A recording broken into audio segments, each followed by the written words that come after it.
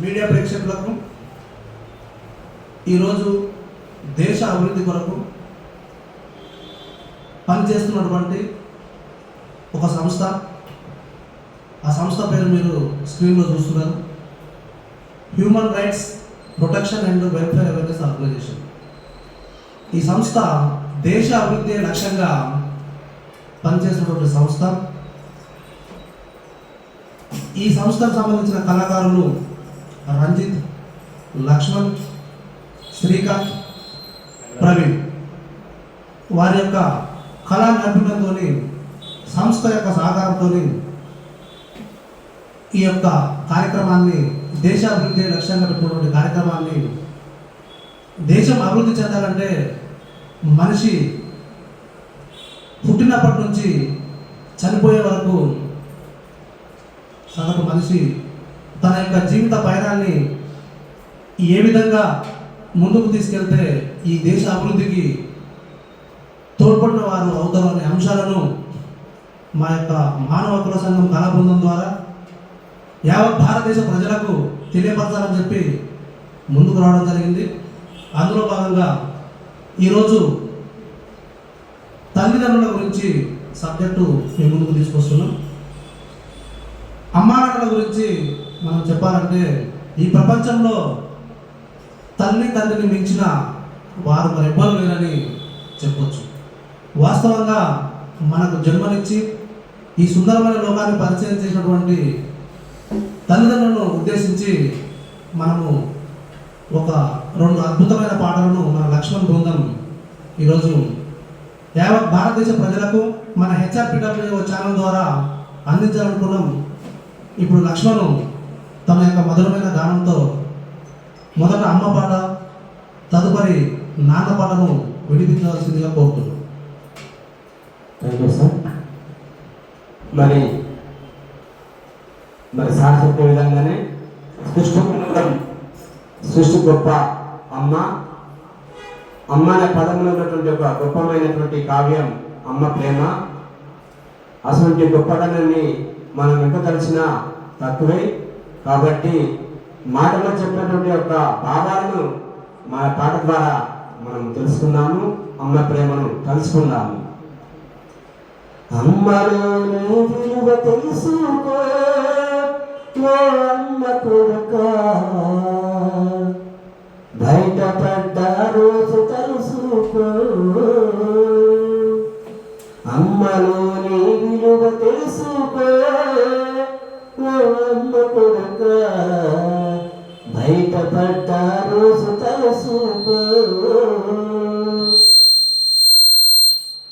9 నెలలు మోసినాది ఊపిరి పోదినాది, కడుపులోను తన్నిన తన నిధులే బలి చేసిన, ఉత్తగానే ఊడి పడలేదు తుట్టి కొడుక,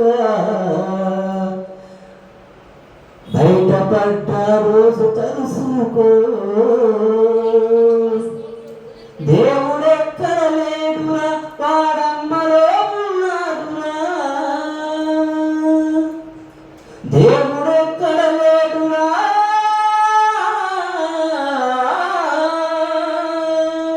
దేవుడెక్కడ లేడురా, ప్రతి అమ్మలో ఉన్నాడురా. అమ్మ కాళ్ళకు మొక్కరా, ఆ పైన దేవుడ తిక్కురా, ఉత్తగానే ఊరి పడలేదు తుత్తి కొడుక, అమ్మ పేరు కన్ను పెంచి. మరి కన్న పేరు కనిపించినాడు తల్లి, మరి చాలా గొప్పది. అటువంటి తల్లి ప్రేమను తెలుసుకుందాము. కన్నయ్య అమ్మ పాట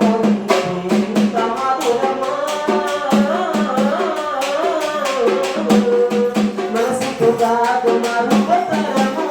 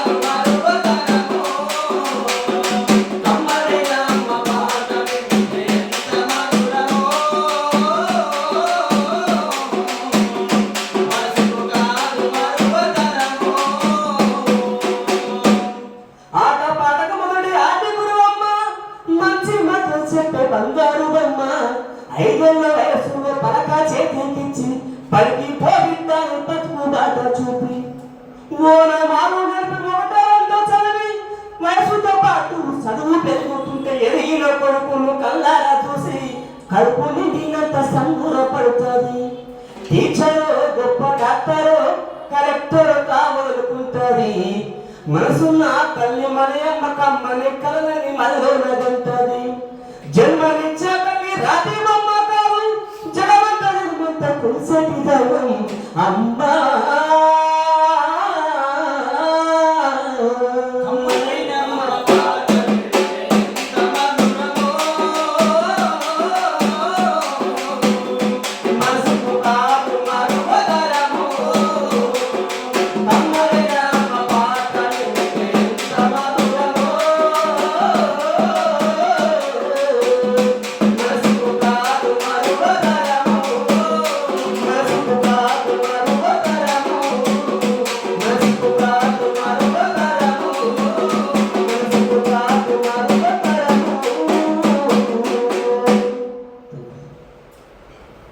లక్ష్మణ్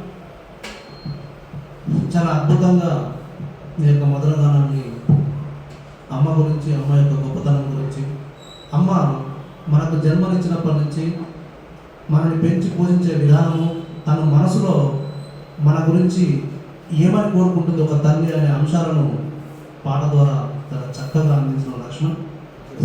అలాగే నాన్న, అమ్మ ఎంతైతే పాత్ర వహిస్తుందో నాన్న ఏం తక్కువేం కాదు, నాన్న కూడా అంతే పాత్ర వహిస్తాడు.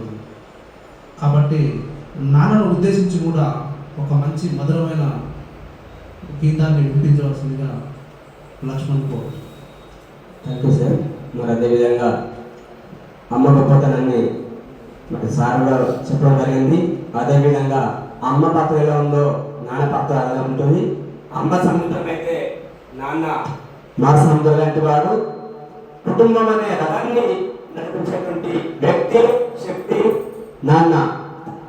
మనంతసే బాధ్యత అంటే ఇందులో ఆ బాధ్యతను గుర్తు చేసినటువంటి వ్యక్తి నాన్న. కాబట్టి అటువంటి నాన్న గొప్పతనం కూడా మనము తెలుసుకున్నాము. నేను అమ్మ కడుపులో అప్పుడు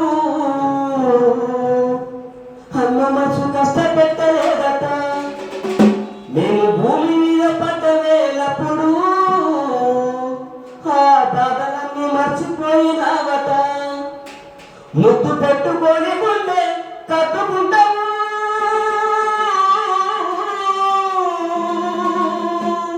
ముద్దు పెట్టుకొని గుండె కట్టుకుంటాము, సాల చేసి ఊరంగా చూసుకుంటాము. నాన్న నాన్న నాన్న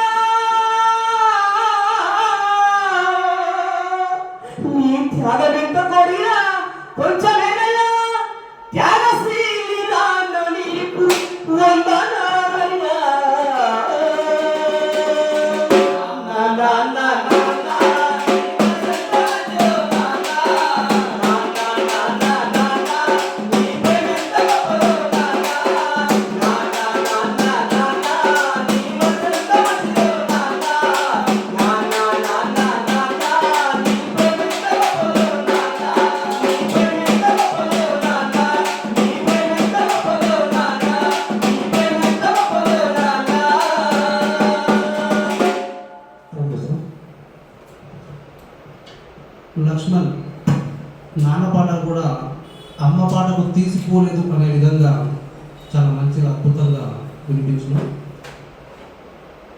అమ్మ నాన్న వాస్తవంగా మనం ఈ లోకానికి వచ్చినామంటే దానికి మూల కారణం వాళ్ళే కనుక ప్రతి మనిషి ముఖ్యంగా నేను మొక్కై వంగనిదే మానే ఉండదు. ఆల్రెడీ మన భారతదేశ వ్యాప్తంగా చూస్తే అమ్మా నాన్నలను అనాథ ఆశ్రమంలో ఉంచి ఆశ్రమములకు డొనేషన్ ఇస్తున్నటువంటి వాళ్ళను ఈరోజు మనం దేశవ్యాప్తంగా ఎంతోమందిని చూస్తున్నాం. ఆశ్రమముల పేర్లే అమ్మా నాన్న ఆశ్రమం అని రకరకాల ఆశ్రమాలు పెట్టి అందరూ ఉన్నా కూడా ఇప్పుడు మనం అమ్మ ఏ విధంగా మన కొరకు నవమాసాలు మోసి మన కొరకు ఎలా ఆలోచించుకుంటుంది, మనం గొప్పవారికి కావాలని, మన కోసం ఎన్ని బాధలు పడుతుంది అనే అంశాలను, అలాగే నాన్న మన యొక్క అభివృద్ధి కొరకు బాధ్యత తీసుకొని ఏ విధంగా తన రెక్కలు ముక్కలయ్యే విధంగా కష్టం చేసి మన అభివృద్ధి కోసం పాటుపడుతున్న అంశాలు మనం తెలుసుకున్నాం. కానీ ఈరోజు మనం చూస్తున్నాం ఆ అమ్మ నాన్నని తీసుకెళ్ళి అనాథాశ్రమాలలో నుంచి డొనేషన్ ఇచ్చినటువంటి సందర్భం. అయితే నేను చెప్పదలసింది ఏంటంటే మొక్కై వంగనదే మానై వంగదు. సాధారణంగా మనము మ్రాణుల గురించి పక్కన పెడతాం. ఈ మ్రాణులను ఎలా మార్చాలనేది తర్వాత, కానీ మొక్కలు మాత్రం తప్పకుండా మార్చవచ్చు. ఆ మొక్కలు ఎవరంటే తరగతి గదిలో చదువుకున్నటువంటి విద్యార్థులు. కాబట్టి మన మానవ హక్కుల సంస్థ ఈ యొక్క విద్యార్థులకు వారి యొక్క జీవన విధానాన్ని వారు పుట్టినప్పటి నుంచి మరణించే వరకు వారు ఏ విధంగా ఉండాలనే అంశాలను ముందుకు తీసుకురావాలన్న ఉద్దేశంతో ఈ కార్యక్రమాన్ని ఏర్పాటు చేసుకున్నాం మనం. అందులో భాగంగా విద్యార్థులకు ఉపాధ్యాయులకు నేను చెప్పేది ఏంటంటే విద్యార్థులకు మీరు ప్రతిరోజు చదువు సాధారణంగా పాఠశాలలో ఉండేదే చదువు కొరకు, పాఠ్యపుస్తకాలలో ఉన్నటువంటి అంశాలను నేర్పించడం కొరకు వాస్తవమే. కానీ చదువు కన్నా ముఖ్యం సంస్కారం. ఆ సంస్కారం లేని చదువు ఎంత చదివినా కూడా వ్యర్థమే. పువ్వుకు వాసన వంటిది మనిషికి సంస్కారం. పుష్పానికి మంచి సుగంధమైన వాసన ఉన్నప్పుడే దాని విలువ పెరుగుతుంది. మనకు తెలుసు మల్లె పువ్వులు ఎంత సుగంధమైన వాసనలు ఇస్తాయో మనకు తెలుసు. వాటి ధర కూడా గొప్పగానే ఉంటుంది. అలాగే మనిషికి కూడా సంస్కారం అనేది చాలా ముఖ్యం. ఈ ఉపాధ్యాయులు విద్యార్థులకు చదువుతో పాటు సంస్కారాన్ని నేర్పాలి. చాలామంది ఉపాధ్యాయులు అదే పని చేస్తున్నారు అని మేము భావిస్తున్నాం. కొంతమంది ఏదో మనకు ఉద్యోగం ఉంది, మనకు జీతం రావాలి, మన కుటుంబాలు గడవాలి కాబట్టి మనం పాఠశాలకు వచ్చినాం, సిలబస్ అయిపించినామా లేదా, మన బాధ్యతలు కంప్లీట్ చేసినామా లేదా. బాధ్యత అది కాదు. పిల్లవాడు సంస్కారంతో కూడినటువంటి విద్యను అభ్యసిస్తున్నాడా లేదా అనే అంశాలను గమనిస్తూ విద్యను బోధించాలి. అందులో భాగంగా సంస్కారాన్ని బోధించే భాగంగా మొట్టమొదట విద్యార్థులకు ఉపాధ్యాయులు తెలియపరచవలసిన అంశం ఎలా ఉంటే బాగుంటుందని మేము భావిస్తున్నామంటే తల్లిదండ్రుల యొక్క గొప్పతనాన్ని. మొట్టమొదటి దైవం తల్లిదండ్రి, రెండవ దైవం గురువు, ఆ తర్వాత భగవంతుడు ఉన్నాడని నమ్మే వారికి భగవంతుడు, నమ్మని వారికి భగవంతుడు లేడు. వాస్తవంగా ఆ అంశాన్ని విద్యార్థులకు తెలియపరుస్తూ ఉండాలి. ప్రతినిత్యం దాన్ని పదే గుర్తు చేస్తూ ఉండాలి. ఆ విధంగా గుర్తు చేస్తూ తల్లిదండ్రులను గౌరవించే విధానాన్ని వాళ్ళకు నేర్పించాలి.